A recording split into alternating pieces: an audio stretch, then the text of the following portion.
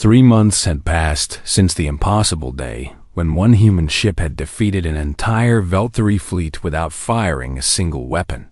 The Galactic Assembly had called an emergency session, and representatives from over 400 species packed the great amphitheater that served as the heart of interstellar diplomacy. Rumors had spread across the galaxy about what had happened at Catha Prime, and now everyone wanted answers. Ambassador Jinwoo Chai stood at the central podium, and he was a tall man with gray-streaked hair and calm eyes that seemed to see everything at once. Behind him, a massive holographic display showed a map of galactic space with the former territories of the Veltari hegemony highlighted in red. Distinguished representatives. Jinwoo began. Thank you for convening this session, and I know many of you have questions about the events at Catha Prime. The assembly hall stirred with whispered conversations as hundreds of alien species leaned forward to listen. Earth has been aware of galactic civilization for approximately 2 centuries. Jinwoo continued. During that time, humanity chose to remain quiet and to observe and to avoid interfering in the affairs of others. He paused and let his gaze sweep across the assembled delegates. We learned much during those 2 centuries of observation, and not all of it was pleasant. The holographic display shifted to show a list of species names with dates beside each one.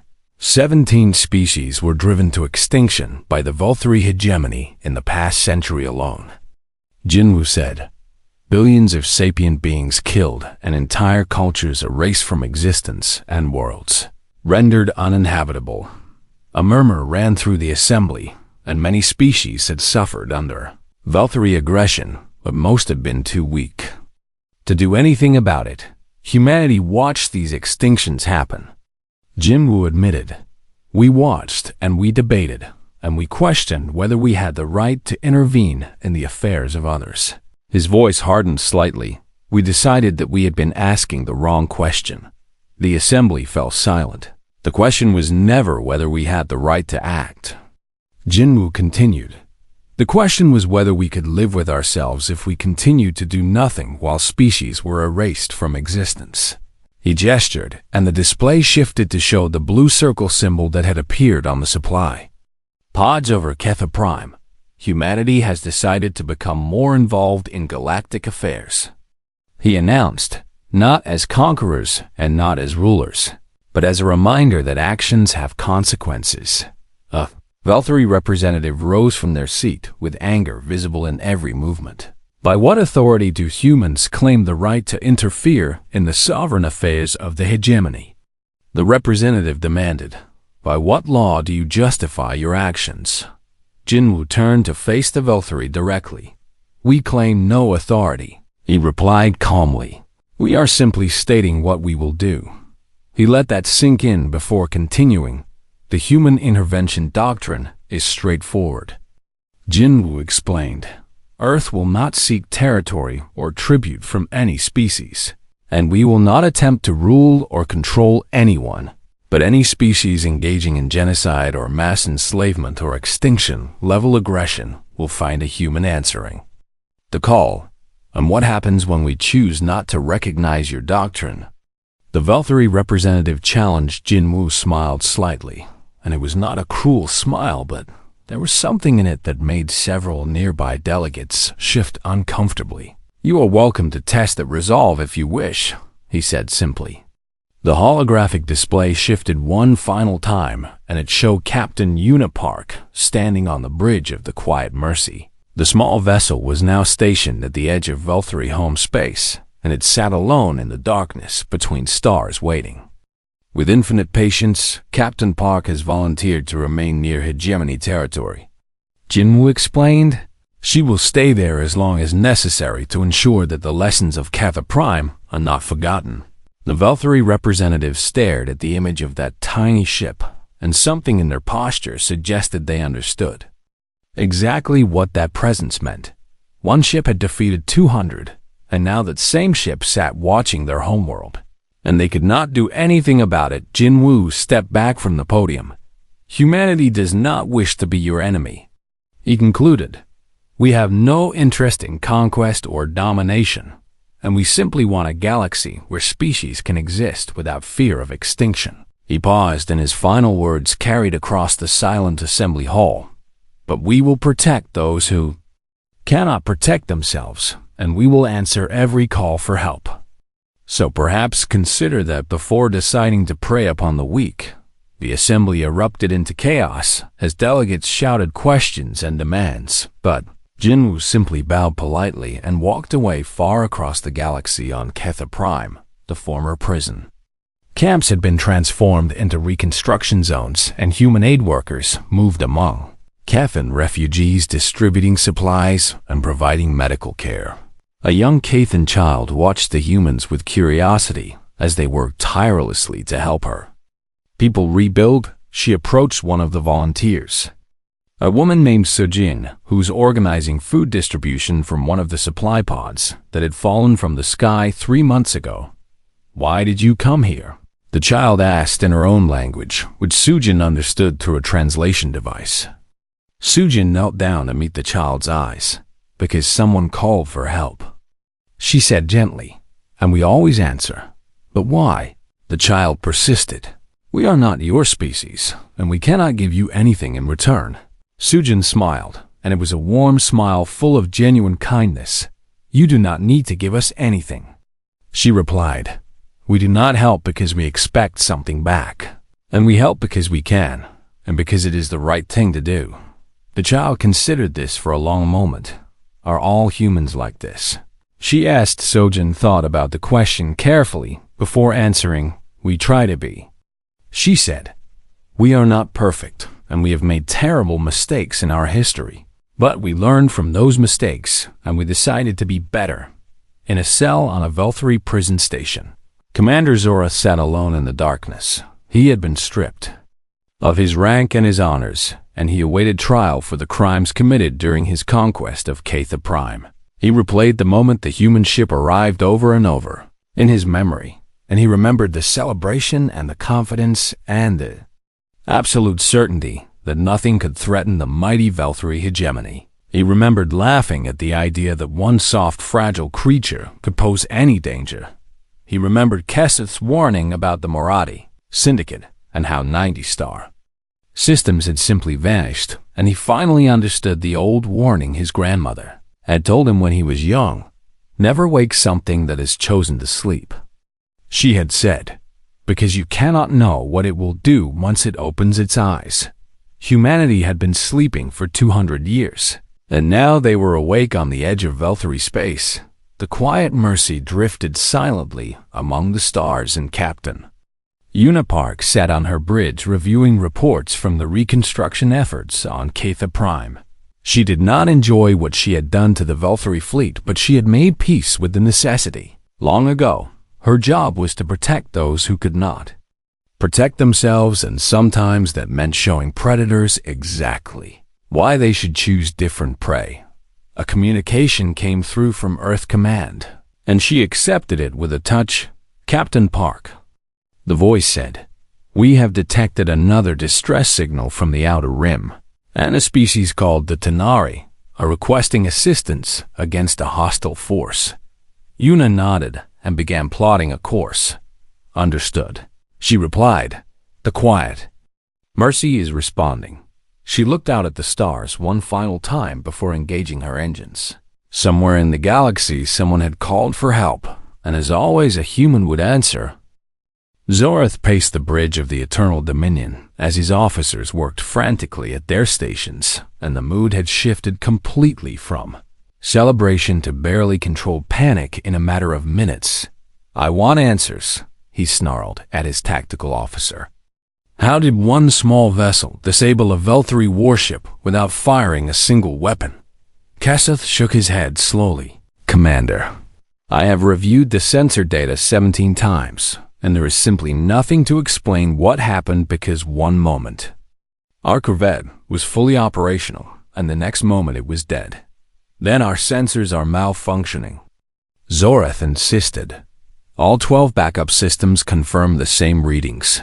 Keseth replied quietly. "Our sensors are functioning perfectly, and they simply recorded something that should not be possible. The communications console activated again, and that infuriatingly calm human voice filled the bridge once more. "Commander Zorth," Captain Unipark said, "I have been waiting for your response, and I would very much like to discuss the situation on Ketha." Prime peacefully, Zorth jabbed one claw at the console to respond.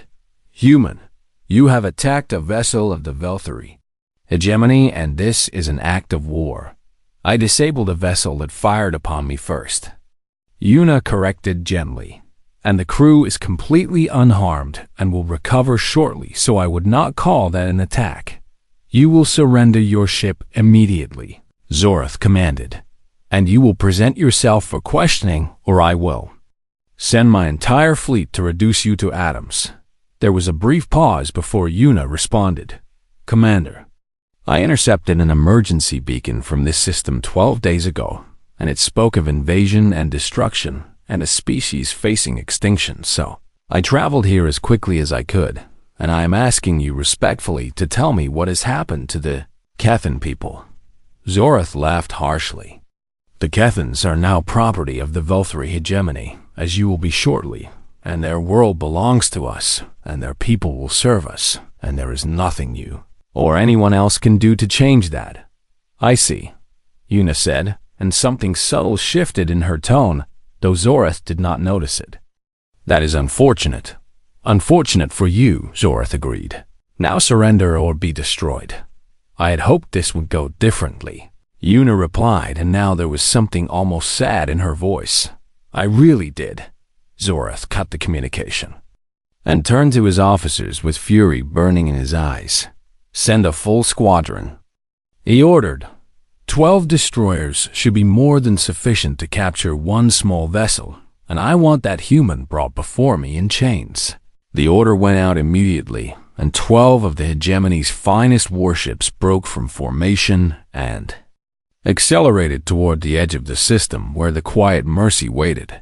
Zorth watched the sensor display with grim satisfaction as his destroyers closed the distance, because surely 12 warships would be enough to handle whatever trick the human had used against the corvette. The squadron commander reported in with confidence. "Commander Zorth, we are approaching the human vessel, and weapons are charged and ready. Disable the ship and capture the pilot," Zorth ordered. "I want to interrogate this creature personally." "Understood, Commander, and engaging now." Zorth watched the display as his destroyers surrounded the tiny human craft and their weapons locked onto the target, and everything appeared to be proceeding perfectly. Then the first destroyer went dark, then the second, then the third and fourth simultaneously. Zorth gripped the armrests of his command chair so tightly that the material cracked beneath his claws as he watched ship after ship simply stop functioning. The squadron commander's voice came through increasingly panicked. "Commander, we are experiencing total system failure, and I do not understand what is happening, and our weapons are offline and our engines are dead." And the transmission cut off as the 12th and final destroyer lost power. 12 warships drifted helplessly in the void, and the tiny human vessel sat among them like a predator resting among fallen prey. "How?" Zorth whispered. "How is this possible?" Kessa stood very still at his station, and his ancient eyes were fixed on the sensor display with an expression that Zorth had never seen on the old warrior's face. "Commander," Kessa said quietly, "do you remember what I told you about the Moradi Syndicate? Now is not the time for old rumors." Zorth snapped. "Perhaps now is exactly the time," Kessa replied, "because 90 star systems vanished from the galactic map in a single month, and the most powerful criminal empire in 3 sectors simply ceased to exist, and no one has ever learned the full truth of what happened." "What are you suggesting?"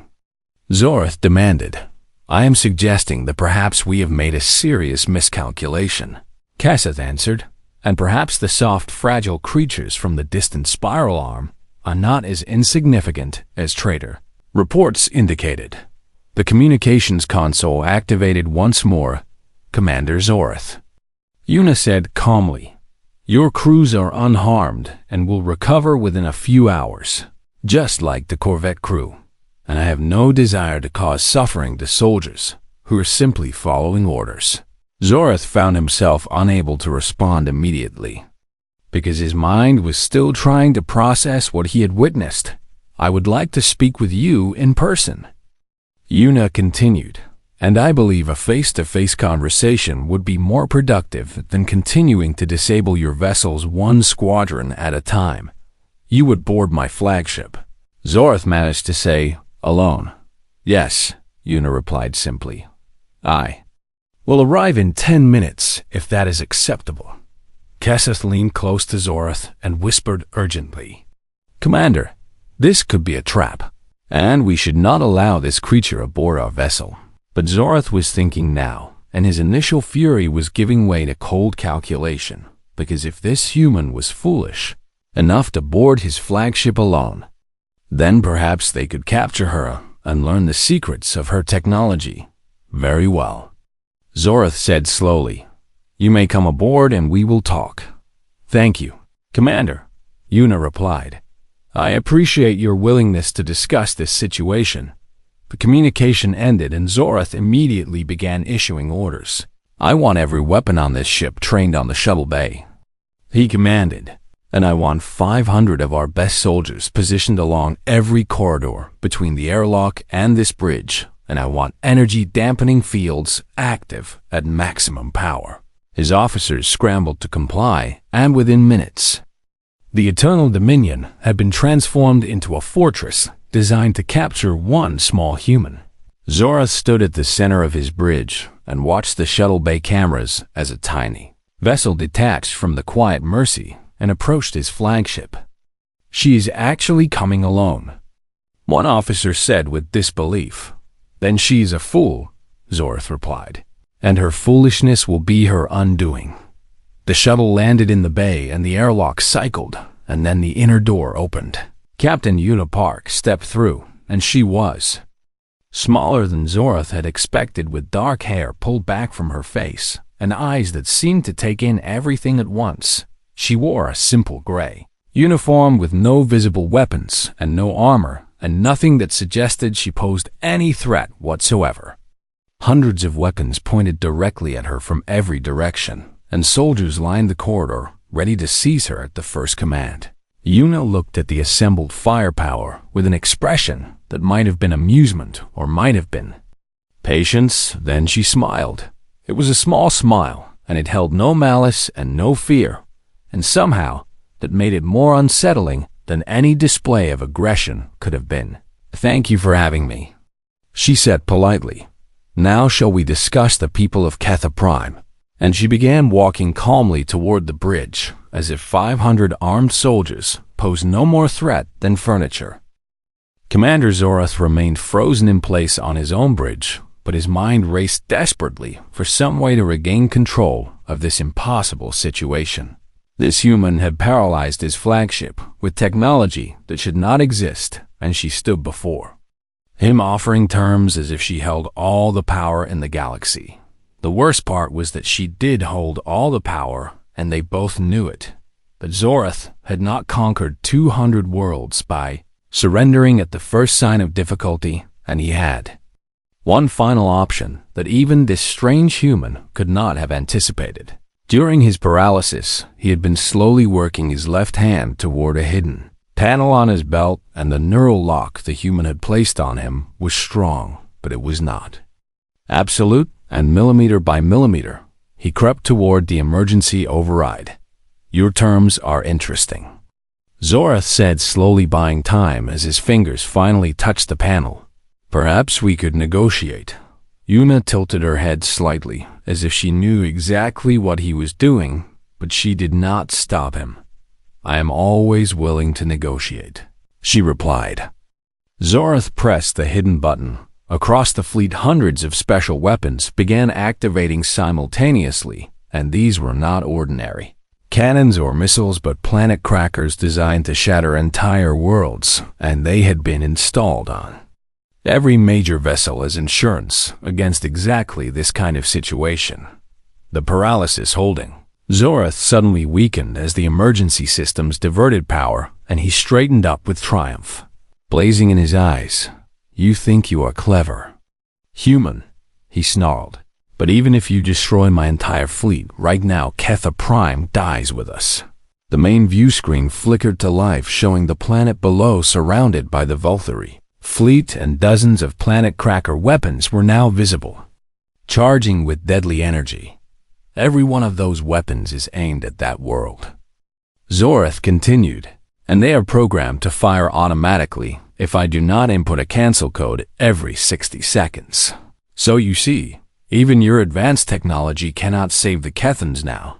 He expected fear or desperation, but Yuna simply closed her eyes for a moment, as if gathering herself. When she opened them, something had changed in her bearing, and the gentle demeanor was gone, replaced by something harder and more focused. "Commander Zorath," she said, and her voice carried a weight it had not held before.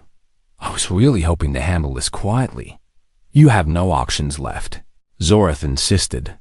"Accept my terms or watch 4 billion people die." "You misunderstand me," Yuna replied. "I was hoping because I did not want to do what comes next." She took a slow breath. "Humans learned something terrible about ourselves a long time ago," she said. "We discovered that when we truly commit to war, we become something that frightens even us. And we spent centuries building institutions and training programs designed to ensure we never become that thing again." Empty words. Zorath scoffed. "The Emergency Response Division exists for situations exactly like this one." Yuna continued as if he had not spoken. "We are trained to use the absolute minimum force necessary to resolve extinction-level threats, and we are taught patience and restraint and negotiation." Her eyes met his directly. "But we are also trained for situations where restraint is no longer an option." Zorath felt a chill despite himself, but he forced confidence into his voice. "You have 30 seconds before my planet crackers fire, and nothing you say will change that." Yuna nodded slowly. "Commander, I want you to know that I gave you every opportunity to resolve this peacefully, and I want you to remember that when you think about what happens next." She raised one hand slightly. "The Quiet Mercy has been disassembling your weapons since the moment I stepped aboard your ship," she said calmly. "I was talking with you to give it time to finish." Zorath's eyes went wide, and he turned to his tactical officer. "Keseth, status of the planet crackers." Keseth had regained some movement, and he frantically checked his console, before looking up with an expression of pure shock. "They are gone." "Commander, what do you mean gone?" Zorath demanded. "The weapons themselves still exist," Keseth explained in a hollow voice. "But their firing mechanisms have been completely removed at the molecular level, and they are nothing more than metal sculptures now." Zorath spun back toward Yuna, who stood exactly where she had been with her hand still slightly raised. "That is impossible," he whispered. "Those weapons were scattered across 200 ships. The Quiet Mercy is very good at its job." Yuna replied simply. The bridge fell into complete silence as the reality of the situation crashed down upon every Valkyrie present. And their final leverage had been erased, and their weapons had been neutralized, and their fleet drifted helplessly around a planet they no longer controlled. Zorath sank back into his command chair because for the first time in his life he had no options remaining. Yuna watched him for a moment before speaking again. "I am going to broadcast to your entire fleet now and to Ketha Prime below," she said, "and I want you to listen carefully." She touched something on her wrist, and her voice suddenly echoed across every ship in the Boreas Valkyrie Armada and across every speaker on the conquered world beneath them. "This is Captain Unipark of the United Earth Emergency Response Division," she announced. "By the authority vested in me by the people of Earth, I am declaring this system under human protection effective immediately." On the planet below, Kethan prisoners looked up in confusion as the announcement echoed through their prison camps. "All Valkyrie vessels will power down their engines and weapons and await processing." Yuna continued. This is not a request, and resistance will result in immediate and permanent disabling of your ships. Across the fleet, captains looked at each other in disbelief, but one by one they began complying because they had all seen what happened to the corvette and the 12 destroyers, and they had no desire to join them. All Kethan prisoners will be released immediately.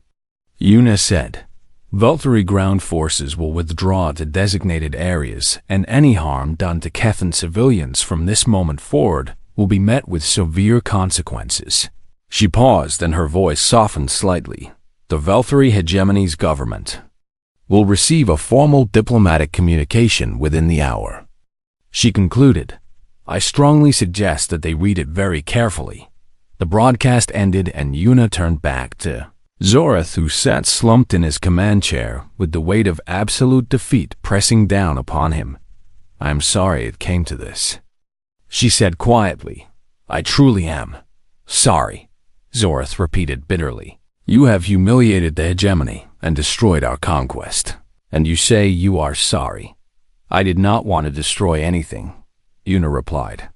I wanted to protect 4 billion people from extinction, and I gave you every opportunity to let me do that peacefully. She walked toward the bridge doors and paused at the threshold. Your fleet is disabled, but intact, she said. Your crews are alive and unharmed, and your empire still exists.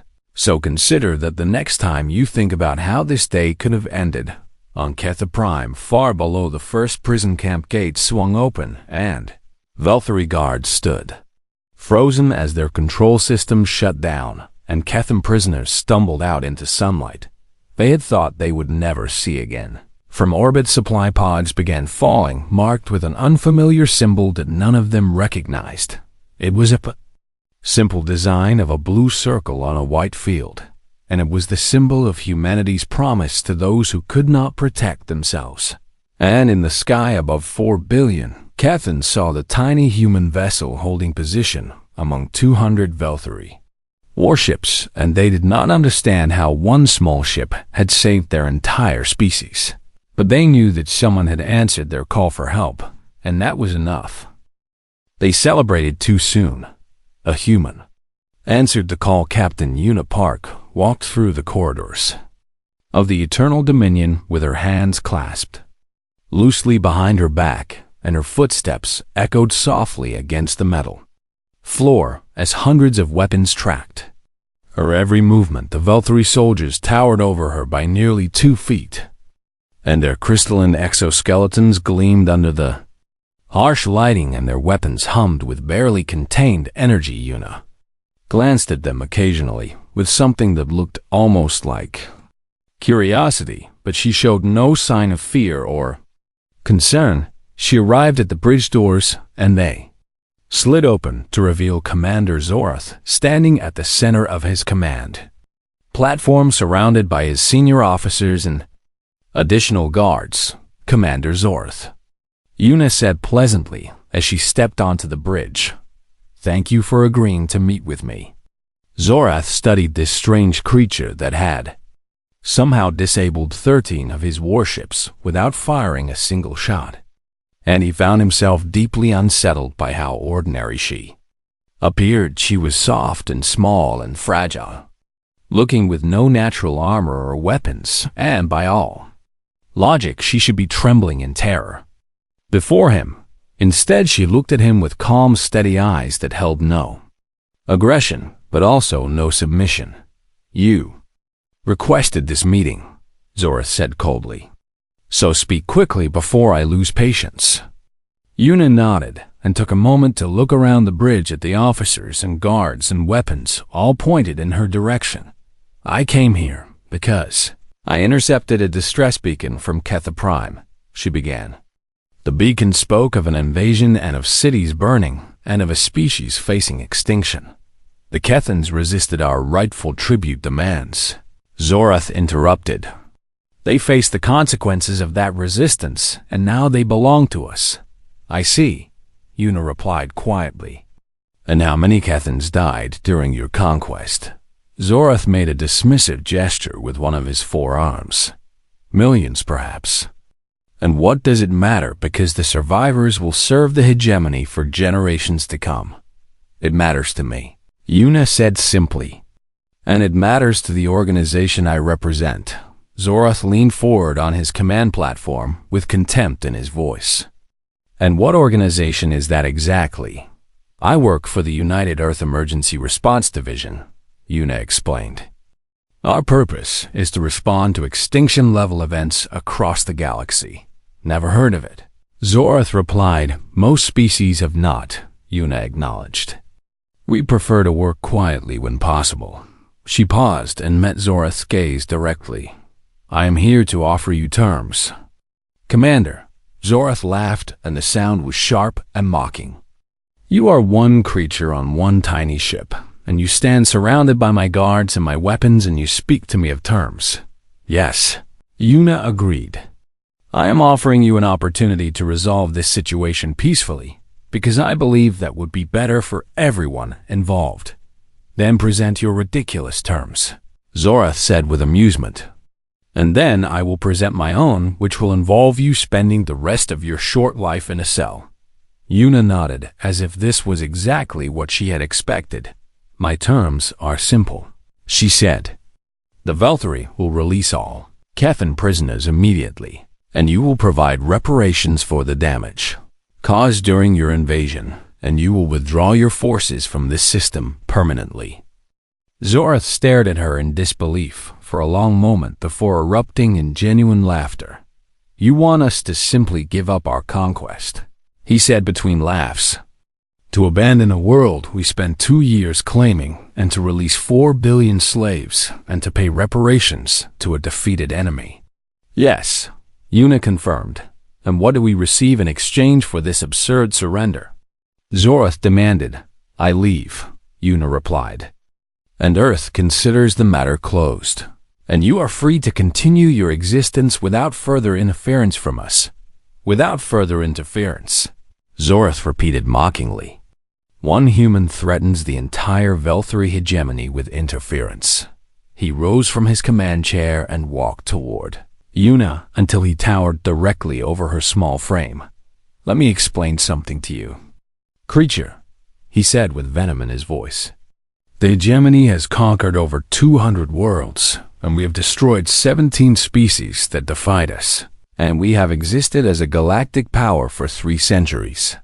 He leaned down until his mandibles were inches from her face. You are nothing but a pest from an insignificant world in a distant corner of the galaxy, and your threats mean nothing, and your terms are rejected. Yuna looked up at him without flinching. Commander, I strongly encourage you to reconsider. Guards, Zorath commanded. Caesar. The soldiers moved forward from every direction with weapons raised and restraints ready. Then every light on the ship flickered. The guards stopped moving, and their weapons suddenly dropped from their grip as if they had become impossibly heavy, and the soldiers themselves seemed frozen in place, unable to take another step. Zorath tried to move toward Yuna, but found that his legs would not obey his commands, and he strained with all his strength, but his body remained locked in position. Yuna had not moved at all. Commander, she said gently, I am not threatening you, and I am trying very hard to give you an opportunity to end this peacefully. What have you done? Zorath hissed through mandibles that could barely move. My ship is called the Quiet Mercy for a reason. Yuna explained. It is not really a ship in the way you understand ships, and it is more of a mobile platform for technology that your species cannot begin to comprehend. She began walking slowly around the frozen bridge, looking at the paralyzed officers with something like sympathy in her eyes. Right. Now the Quiet Mercy has control of every system on your flagship, she continued. Life support and weapons and engines, and even the neural impulses that control your soldiers' muscles. That is impossible. Zorath managed to say, 300 years ago, my species discovered something terrible about ourselves. Yuna said quietly, we learned that we are exceptionally good at war.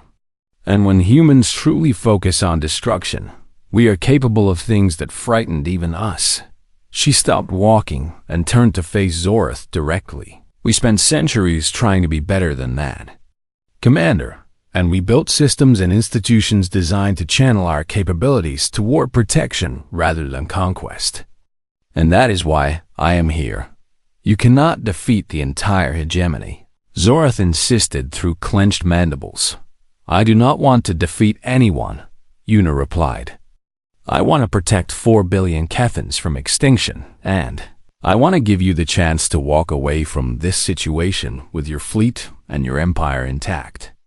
Tactical Officer Keseth managed to speak despite his frozen state. What happens if we refuse your terms? Una's expression shifted to something that might have been sadness. Elder Keseth, she said, using his proper title. I have great respect for your service and your wisdom. And I can see in your eyes that you understand the situation better than your commander. She paused, and the lights flickered again as if the ship itself was responding to her emotions. If you refuse, she continued slowly, then I will be forced to demonstrate exactly why humanity chose to remain quiet in the galaxy for so long. Her eyes met Zorath's, and for the first time he saw something behind the calm facade. It was not anger or hatred. It was something far worse. It was the patient certainty of absolute capability held in careful restraint. I really hope you do not make me show you, Una said softly, because I have seen what happens when humans stop being gentle, and I do not want to carry those memories again.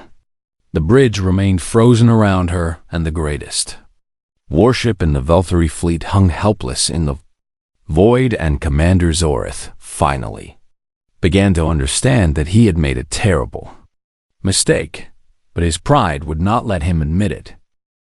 Commander Zorath stood at the center of the bridge and raised all 4 of his arms toward the viewport where Ketha Prime burned beneath them. Victory, he announced, his crystalline exoskeleton catching the light of distant fires that spread across the conquered world below. The bridge erupted in celebration as every officer clicked their mandibles in the traditional Velthari display of triumph, and several younger crew members began the ancient war chant that had accompanied every conquest for 300 years. Zorath allowed himself a rare moment of satisfaction as he watched his officers celebrate, because this had been a perfect campaign, and the Kethan species had resisted fiercely for almost 2 years, but now their last defense station floated in pieces around the planet, and their military lay shattered, and their government had surrendered unconditionally. 4 billion Kethans now belonged to the Velthari hegemony. Broadcast our victory to the Galactic Assembly, Zorath commanded as he settled into his command chair, which had been carved from the bones of conquered enemies. Let every species in this galaxy see what happens to those who resist our tribute demands. His communications officer immediately began the transmission, and within minutes, the image of burning Ketha Prime would reach every corner of known space as a warning and a promise. The celebration continued as officers passed around ceremonial drinks and recounted their favorite moments from the campaign, and Zorath listened with pride as they spoke of bombardments that had cracked continents and ground assaults that had crushed the Kethan resistance. He was about to join them in a toast when a junior sensor officer named Yineth made a small sound of confusion. Commander, Yineth said hesitantly, I am detecting an anomaly at the edge of the system. Zorath waved one hand dismissively without looking away from the celebration. Debris from the battle, most likely. No, Commander, Yineth continued, her voice uncertain. It appears to be a vessel, but it carries no identification codes matching any species in our database. This finally caught Zorath's attention, and he turned toward the sensor station with a frown forming on his angular face. Display it, he ordered. The main view screen shifted to show a small craft that had dropped out of hyperspace near the outer planets, and it was perhaps 1/10 the size of his smallest patrol corvette, and it hung motionless in the void as if waiting for something. Hail! Them? Zorath commanded, his interest already fading because this was clearly some lost trader or desperate scavenger hoping to pick through the battlefield. Wreckage. The communications officer sent the standard demand for identification, and for several seconds there was only silence. Then a voice responded in flawless Galactic common, and it was calm and measured, and carried an accent none of them recognized. "This is Captain Una Park of the Earth vessel. Quiet Mercy." The voice said, "I am here answering a distress call, and may I ask who I am speaking with?" Zorath's mandibles clicked in confusion as he looked toward his tactical officer, Kesseth, who was the oldest and most experienced member of his crew. "Earth." Zorath repeated, "I do not recognize that name." Kesseth consulted his database for a moment before responding. "A minor world in a distant spiral arm, Commander. And the species calls itself human according to trader reports, but they are not significant in any meaningful way. What do the reports say about them?" Zorath asked with mild curiosity. "Soft creatures," Kesseth replied. "Short-lived and fragile with no natural weapons or armor, and they have shown no interest in galactic affairs and have remained confined to their own small region of space." Zorath laughed, and the sound echoed across the bridge as his officers joined him in amusement. "A soft, fragile creature has come to answer a distress call," he said, with contempt dripping from every word. "How touching and how utterly foolish." He turned to his communications officer and gave a casual wave. "Send a single patrol corvette to deal with this, and tell them to destroy the vessel if it does not leave immediately." The order was transmitted, and within minutes one of the smaller Valkyrie warships broke from the fleet formation and accelerated toward the tiny human craft. Zorath returned his attention to the celebration and accepted a drink from one of his officers because this interruption was barely worth noticing, and soon the scavenger would be dealt with, and they could continue honoring their great victory. The bridge fell back into celebration as the corvette closed the distance, and Zorath watched the sensor display with casual interest as his warship approached the human vessel. The corvette commander reported in with a contemptuous tone. "Commander Zorath, the human vessel refuses to withdraw, and the creature piloting it insists she has business in this system. Then destroy it." Zorath replied without hesitation. "We have no time for pests." "Understood, Commander," and firing. Now, the sensor display showed the corvette's weapons charging, and Zorath was already looking away when the tactical officer made a strange choking sound. "Commander," Kesseth said in a voice that had gone very quiet, "the human vessel is no longer at its previous coordinates." Zorath turned back to the display with irritation. "Then it fled, and good riddance." "No, Commander," Kesseth continued, "and now there was something in his tone that Zorath had never heard before, which sounded almost like fear. "The corvette has gone dark." Silence fell across the bridge as every officer turned toward the tactical station. "Explain," Zorath demanded. "I cannot explain," Kesseth replied as his claws trembled slightly over his console. "One moment the corvette was firing, and the next moment all systems ceased transmitting, and the vessel is intact, but it is completely powerless." "That is impossible," Zorath hissed. "Our shields would have to fail, and our weapons would have to be neutralized, and our engines would have to be disabled all simultaneously, and nothing can do that. The crew appears to be alive," Kesseth added. "Emergency life support is active, but nothing else functions." Zorath stood from his command chair and stared at the sensor display where his corvette drifted helplessly and where the tiny human vessel now sat motionless beside it. "How long did this take?" he asked quietly. Kesseth checked his readings 3 times before answering, because surely the numbers had to be wrong. "Under 3 seconds, Commander." The celebration had died completely now, as every officer stared at the display, and the bridge had become so quiet that Zorath could hear the hum of his own ship's systems. There was no weapons fire detected. Kesseth continued, "No energy discharge of any kind, and I do not understand what we are seeing." The communications console suddenly activated, and that same calm voice filled the bridge once more. "This is Captain Una Park," the human said. "I apologize for disabling your vessel, but they did fire first, and I would like to speak with whoever is in command about the situation on Ketha Prime." Zorath stared at the console as if it had grown teeth, and his mind raced through possibilities. But none of them made any sense. "The crew of your corvette will recover within a few hours." The human added, "They are unharmed, and I have no wish to cause unnecessary suffering." No wish to cause suffering? Zorath thought. And this soft creature disabled a warship in seconds, but claims she wishes no harm. I am waiting for your response. Commander, Zorath looked at Kesseth and saw something in the old warrior's eyes that troubled him deeply because Kesseth had served in over 50 campaigns and had faced enemies that would give most species nightmares, but right now Kesseth looked worried. "Commander," Kesseth said very quietly so that only Zorath could hear, "I have heard rumors about humans." "What rumors?" Zorath demanded. Kesseth hesitated before continuing. "The Moradi Syndicate controlled 90 star systems 5 years ago, and they were powerful and ruthless and feared across 3 sectors. I know of the Moradi." Zorath replied impatiently. "They collapsed and their empire dissolved overnight." "Yes," Kesseth said. "And the rumors say humans were involved, but no one knows exactly what happened because the Moradi stopped existing before anyone could learn the truth."